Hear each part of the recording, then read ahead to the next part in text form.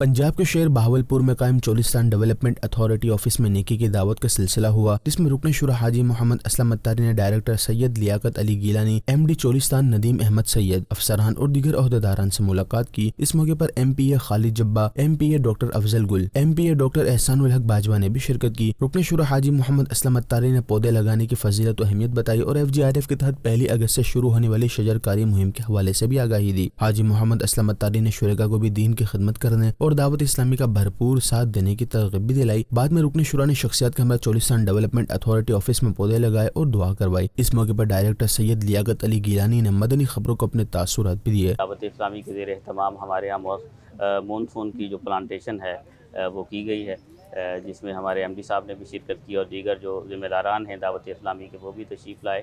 तो ये बहुत ही अच्छा और एहसन इक़दाम है और इस सिलसिले को जारी रहना चाहिए। रुकन शुरा हाजी मोहम्मद असलम अत्तारी ने बहावलपुर के इलाके अब्बासिया टाउन में कायम मदनी मरकज फैज़ान मदीना में भी पौधे लगाकर शजरकारी मुहिम का आगाज किया। इस मौके पर फैज़ान मदीना के इमाम साहब, बहावलपुर डिवीजन निगरान, फैज़ान ऑनलाइन एकेडमी के नाजिम, शुबा राब्ता वाले शख्सियात और शुबा FGRF के इस्लामी भाई भी मौजूद थे। रुकन शुरा ने पौधे लगाए और दुआ भी करवाई।